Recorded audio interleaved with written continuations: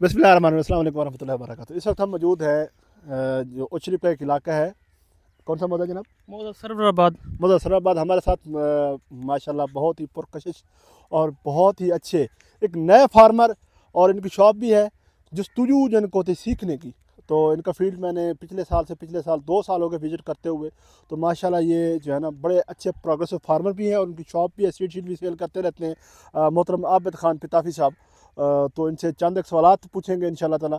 हमारा जो ये स्पेशली ब्लॉग बन रहा है ये भिंडी के ऊपर बन रहा है कि भिंडी टनल में काश्त है और इसके फ़ायदे और इसके नुकसानात क्या है। ये चंद एक सवालात हैं, इनसे पूछने की कोशिश करेंगे। इनको गो दूसरा साल है। पहले साल में कुछ सीखते सीखते थोड़े से जो है ना मसाइल बने, तो इस साल वो रिकवर करने की कोशिश में लगे हुए हैं। तो हमारी सिर्फ एक ही कोशिश होती है कि फार्मर की इस्लाह किसी न किसी तरीके से हम जो है ना वो फार्मर को, हमारी पूरी कोशिश होती है कि सवालात के जवाबात जो हैं वो पहुंचाए जाए, ताकि जो एक पाकिस्तान में जो नए काश्तकार हैं उनका नुकसान कम से कम हो। हमारी ये कोशिश होती है। तो अस्सलाम वालेकुम वरहमतुल्लाहि वबरकातुहू। वालेकुम सलाम। सर क्या हाल चाल है, कैसे हैं? ठीक है। अल्हम्दुलिल्लाह, अल्लाह का शुक्र, दुआ आपकी। अच्छा सर, ये भिंडी आपने काश्त की हुई है, पिछले साल भी काश्त की थी? जी जी, पिछले साल भी काश्त की थी, इस दफ़ा भी काश्त की है। पिछली दफ़ा तो मौसम की वजह से हमें जो है दोबारा रिपीट करनी पड़ेगा था सीड के, डबल करना पड़ता, सूरज नहीं निकला था। इस वक्त जो है ना अल्हम्दुलिल्लाह जर्मिनेशन देख रहे हैं कि फ़िट है और मौसम की वजह से ग्रोथ भी अच्छी कर रही है। हम मौसम इस मतबा जो हमारे पास कोरे पड़ रहे हैं ना, वो फरवरी की 5, 6, 8, 10, 12 को पहले पड़ते थे। इस मरतबा थोड़ा सा अल्लाह पाक का निज़ाम है, उस पर हमने राज़ी तो होना ही है। जो कुछ भी नहीं होगा तो ना शुक्र कहलाएंगे। तो इस मरतबा दिसंबर से कोरे स्टार्ट हैं और पड़ रहे हैं, या धुंध या कोरा। एक चीज़ ज़रूर है, तकरीबन हमारे पास 15 दिन हो गए।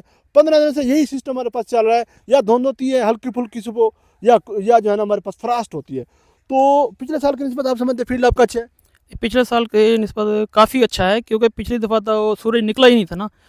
हमारी तो जर्मिनेशन हो गई थी, उसके बाद जो है ना बिल्कुल जल गई थी। 1 जनवरी को हमने दोबारा स्विंग की थी सीड की, दोबारा टोटल रिपीट करना पड़ गया था। इस वक्त तो माशाल्लाह ठीक है, हमें तकरीबन 1 माह 10 दिन हो गए हैं इसको लगाए हुए। 20 नवंबर को लगाया था हमने। कभी आप अब नवंबर में क्यों लगाते हैं? आमतौर पे लोग जो मेलसी के लोग हैं, जो मेलसी के दोस्त हैं, जो मेलसी के भाई हैं, वो दिसंबर में भी लगाते हैं और जनवरी में लगाते हैं। उनका कहना है जो जनवरी की 15 तारीख को लगती है ना, वो और ये सिर्फ एक चुनाई का फ़र्क होता है। और उसका फ़ायदा पता है क्या होता है? जो दिसंबर में लगती है, नवंबर में लगती है, जो नवंबर में लगती है उसकी एज कम हो जाती है, क्योंकि सर्दी को स्ट्रेस को बर्दाश्त करते करते करते अभी कभी आपने ट्राई किया जो इस वजह से कि आपने पिछले साल फरवरी को लगाया था, फिर भी आप ओपन से पहले आए होंगे।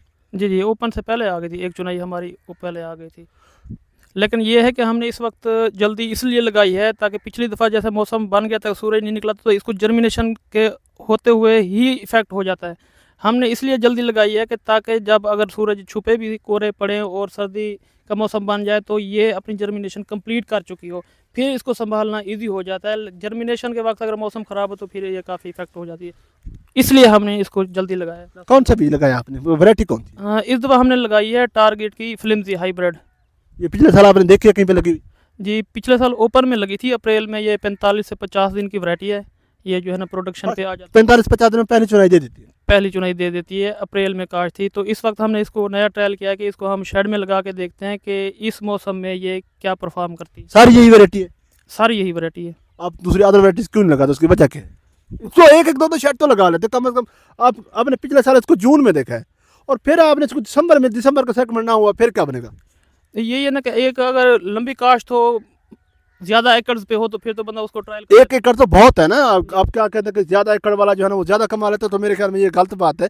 1 एकड़ फील्ड आपको बहुत कुछ सिखा देता है। तो 1 एकड़ में आपके कितने शेड बने? ये 1 एकड़ में मेरे शेड बने हैं इस वक्त 25। तो 25 में से आप जो है ना 3 शेड और वैरायटी लगा लेते, जिस तरह कोई अदर वैराइटीज का नाम ले लेते हैं, जिस तरह एक जवान है या सोनाली है, या इस तरह शमा प्लस है, या कुछ और वैराइटीज। एक एक दो मुकाबला तो लगाते हैं ना आपने।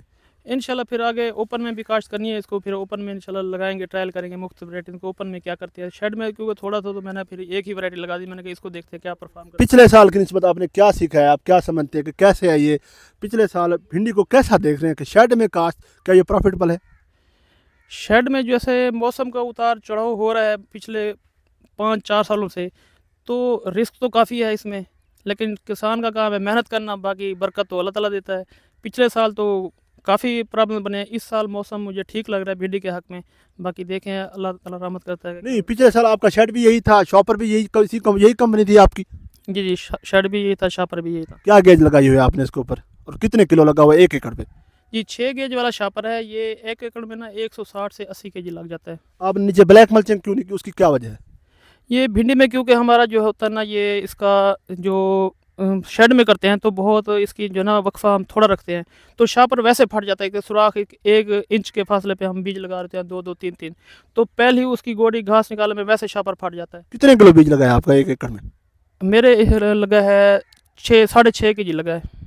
6.5 किलो फी एकड़। आप इसको हाई डेंसिटी नहीं करते?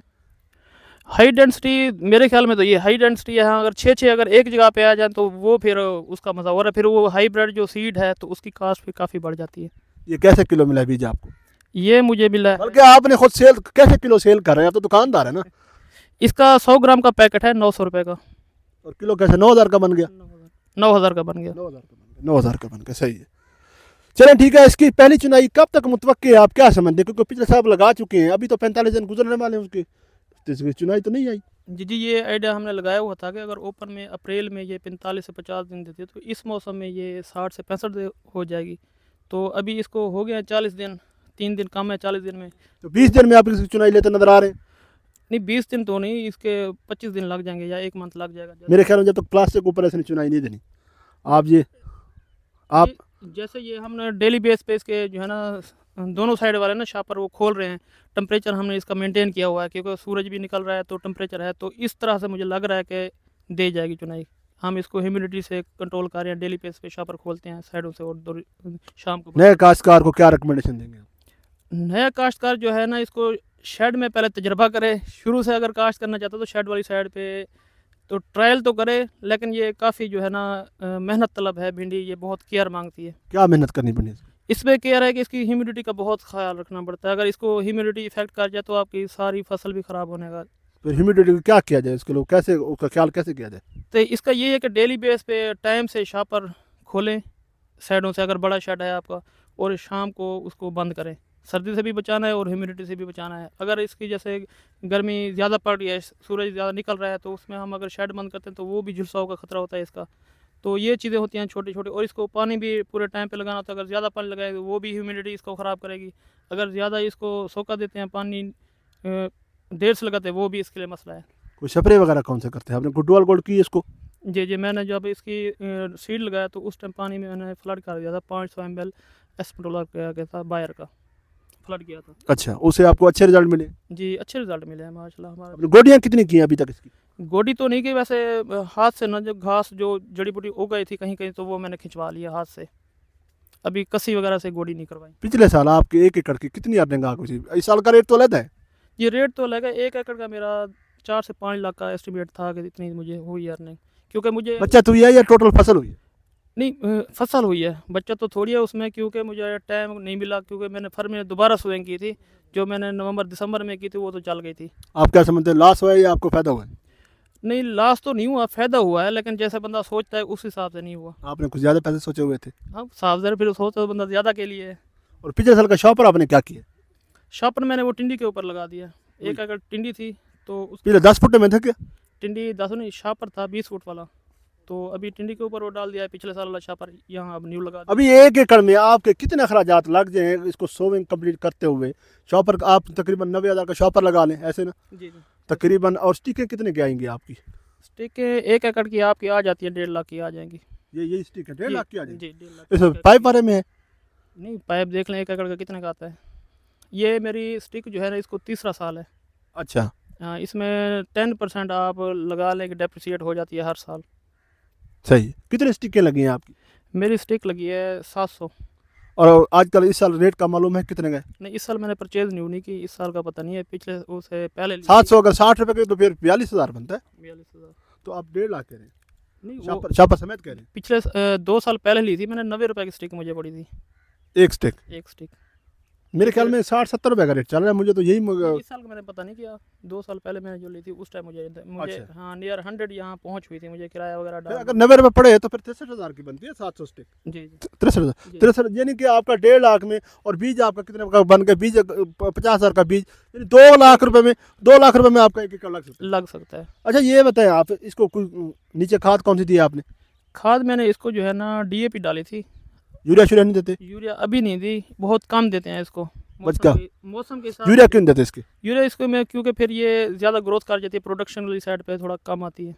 अच्छा, जी स्प्रे कौन से करवा रहे हैं इसको? स्प्रे इसको मैंने अमाइनो एसिड भी करवाया है, इंट्राकाल भी करवाया है, बाईफेंथ्रिन भी। जैसे आप कहते हैं कि ग्रोथ कर जाएगा यूरिया का, फिर अमीनो एसिड भी करवा रहे हैं, उसकी क्या वजह? अमाइनो एसिड इस वजह से करवाया कि जैसे एक हफ्ता सूरज नहीं निकला अच्छा तो उस वजह से ये स्ट्रेस में ना आ जाए, तो इस वजह से उसको अमाइनो एसिड कराया ताकि वो स्ट्रेस से अपना खुद को महफूज रखे। अमीनो एसिड किया, और उसके अलावा कौन कौन से स्प्रे किए? इंट्राकाल भी मैंने कर चुका हूँ, तकरीबन कल मैंने दोबारा इंट्राकाल रिपीट करना है। बाईफेंथ्रिन भी किया है मैंने, नटीवो भी किया है इसको बायर का। और कौन से स्प्रे किए? फिलहाल तो यही किया। नेक्स्ट कौन से करेंगे आप स्प्रे? हाँ नेक्स्ट मैंने इसका इंट्राकाल और इसका जो है ना एमामेक्टिन प्लस क्लोंट्रिप्रोल जो है ना वो करना है, क्योंकि थोड़ा सा इसका आ रहा है, इंसेक्ट की शिकायत आ रही है तो वो करनी है। इंसेक्ट या वर्म्स? नहीं इंसेक्ट की आ रही है। इंसेक्ट को फिर क्लोनिट्रोप्रोल जो है जी जी या दूसरे जो है ना, वो तो इसको कंट्रोल नहीं करेंगे। कौन सा इंसेक्ट आ रहा है इस पे ज़्यादा? इसमें लश्करी की थोड़ी कंप्लेन आई है, मैंने सुबह विजिट किया तो उसमें मुझे नज़र आई है। लश्करी? जी क्योंकि तो वो तो फिर आपको इतने महंगे स्प्रे या हार्ड स्प्रे करने, वो तो ल्यूफिरान से कंट्रोल हो जाते, फिर आप वो ज़्यादा क्यों कर रहे हैं? नहीं मिक्सचर आ रहा है, एमामेक्टिन और क्लोंट्रिप्रोल का जो है ना मिक्सचर आ रहा है, वो उसी रेंज में पड़ जाता है हमें। अच्छा हाँ चलें ठीक है जी मोहतरम, ये जो है ना मैंने पूरी मालूमात की है आपसे पूछने की, मोहतरम आबिद पिताफिज खान साहब से। तो इंशाल्लाह ताला हमारी एक ही कोशिश होती है कि किसी न किसी तरीके से फार्मर को जो है ना मालूमात दें। तो इंशाल्लाह ये मालूमात का सिलसिला इंशाल्लाह जारी और सारी रहेगा। अपना तो ख्याल रखिए। अल्लाह हाफ़िज़।